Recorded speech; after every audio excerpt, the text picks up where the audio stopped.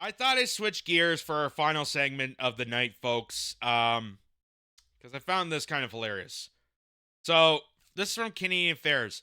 What has turned Gen Z off dating? An increasing online culture is one of the reasons for Gen Zers, or do you say Gen Zers, not wanting to date, sources say. But it's not the only one. So, this is an actual news article. I didn't know this existed. I thought it was kind of hilarious. It's like reading the start of a stand-up bit. I thought Jerry Seinfeld was going to write this. What's the deal with Gen Z and dating? Back in my day, I went out and took a girl to the movies. Now they're going Pokemon Go Go. What's up with that?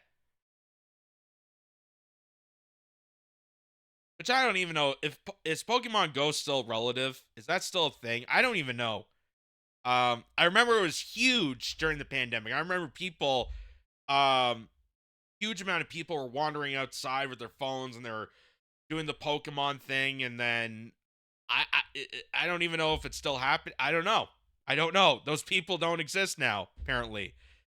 Um, so the first few years of Chloe Dean's experiences on dating apps were characterized by bad matches and situationships, a romantic relationship with no label or promise of commitment. It was a struggle, honestly. It's rough out there on the apps, said Dean, 26 years old, a social media content creator and marketing student at the British Columbia Institute of Technology. I'm sure anyone who uses them knows it's exhausting. Dean's tale is a common one among Gen Zers, or do you say Gen Zers? Around the globe, the generation born between 1997 and 2012 is dating less than previous generations, survey data show. Sources point to numerous factors behind the trend, such as technology and higher living costs. Where that generation has been so raised on apps on their phones and Snapchat and Instagram, they haven't necessarily learned to develop those skills of how to connect in person, said Nicole Haley, a dating coach in Vancouver. You can't rely on your phone to be the way of connecting, creating that depth that really sustains a long-term relationship. Colin Malone, a dating coach in Toronto for men, agrees that technological advances have fueled disconnection. Social media and dating apps have made people less practice at actually connecting in person, he said. Most Gen Zers chose to communicate by sending messages by text through social media apps rather than on the phone or in person, says Malone. In Dean's experiences, this is even the case for couples in relationships.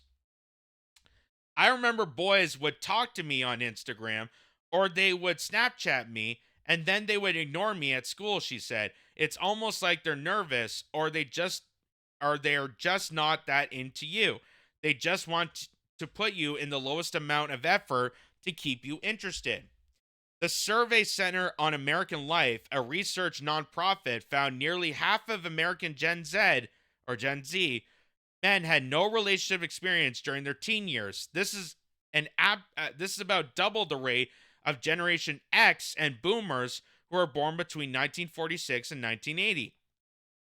A 2021 study by the National Survey of Sexual Health and Behavior found that there was an approximately 50% rise in American adolescents reporting no sexual activity between 2009 and 2018.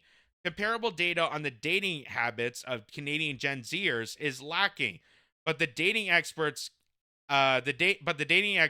Canadian Affairs spoke to for the story said they have seen similar trends among their Canadian clients.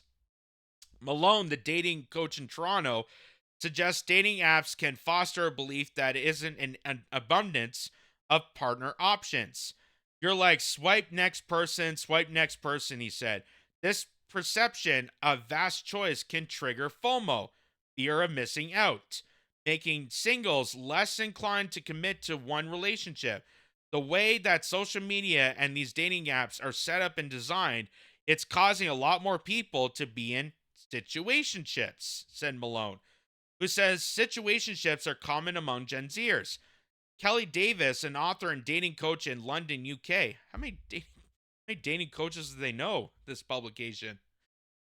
What's next? Hitch refers to dating sites as a genius idea. However, they have also made it so that people just don't care. I find relationships now are so thrown away. Why put in that effort that's needed for a relationship when you can just have 14 situationships in the background, she said. But Dean says many young people do not actually want to be these informal, non-committal relationships. Sources also pointed out to the high cost of living as a reason that dating has declined. They actually said to me, I can't afford to date, said Davis about her Gen Z clients.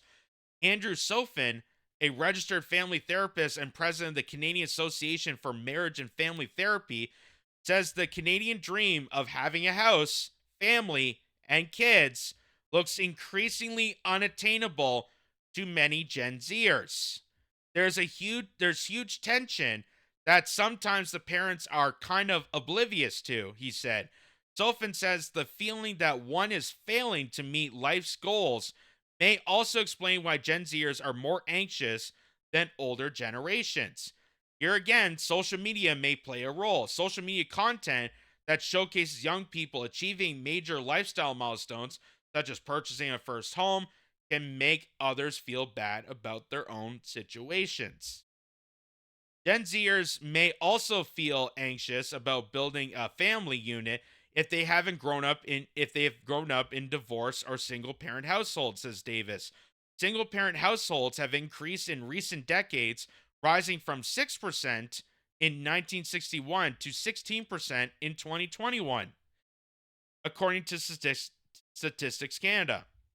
They've seen failed relationships and makes them feel very despondent at the thought of getting into a relationship. Like, what's the point? It's only going to end anyway, said Davis.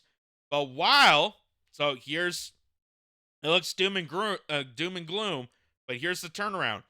But while marriage rates are falling in most developed countries, a 2020 survey by the wedding planning site, The Knot, found 80% of Gen Zers are putting at least some thought into getting married. Dean counts herself among the Gen Zers who valued long-term relationships. 2 years ago, she decided to give up dating apps one last shot before taking a break from swiping. Her current boyfriend decided to do the same, and he and Dean matched. He was open, emotionally available, clear about his commitment, and the elusive spark was there. So I wanted to show this because it's kind of fascinating. I know we don't really talk about this on the channel here. It's one of those things that obviously it's something that people have been discussing. It's something that uh should be discussed, and but it's one of those things that's like there's a whole multitude of reasons why Gen Zs aren't dating, why there's no sex life, why more and more younger people are just, skipping out on this.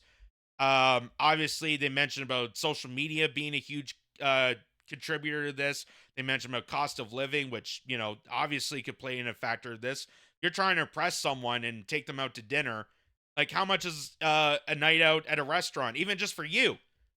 You know, a meal just for one person that used to be like say $20 can easily become 60 or $80 because of inflation, because of cost of living, because of supply shortages, because of carbon taxes here in Canada. So yeah, obviously that plays a factor in this. Um, and I liked how they also added in the social media aspect when it comes to, you know, people that are scrolling on, TikTok or Instagram.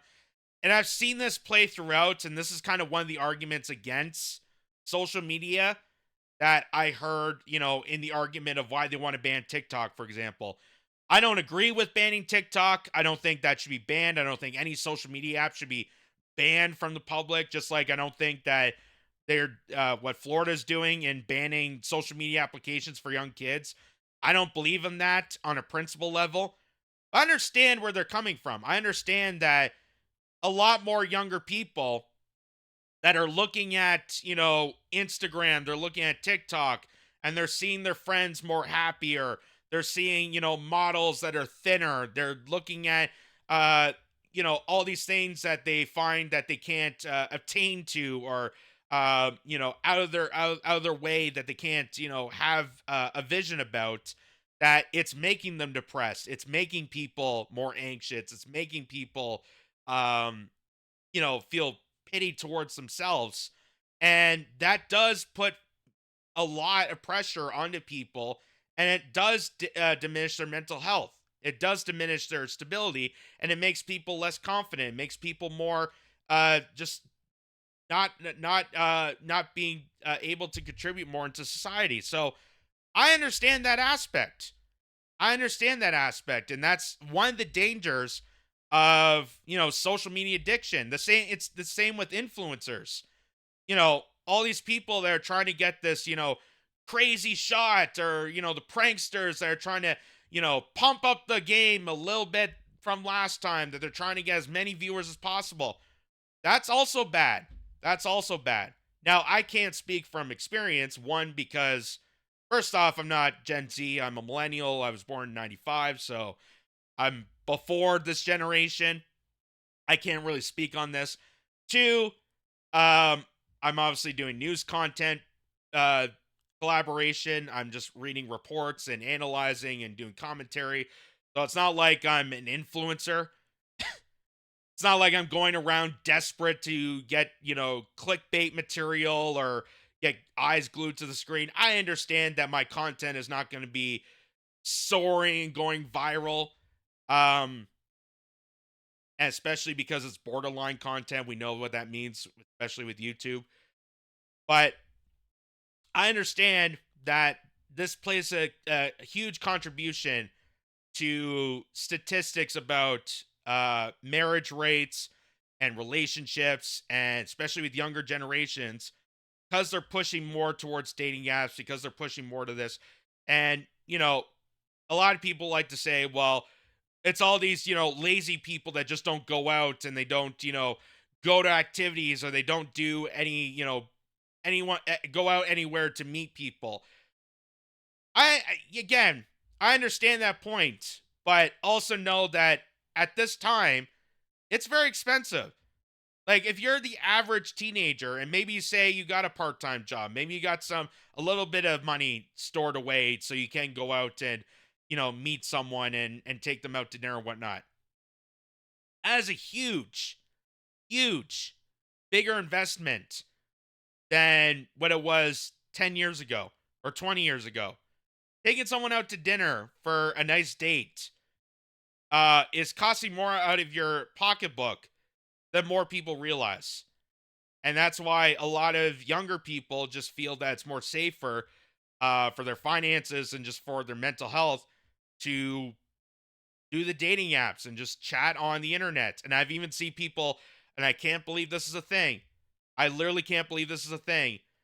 I have seen advertisers marketing AI girlfriends or boyfriends. You can create a fictitious avatar to date. I never thought it would come down to that. I never thought it'd come down to that. But, with technology the way it is, and how they're trying to adapt to this demographic, and how they're trying to push and try to cultivate and capitalize of what's happening, it's kind of not surprising.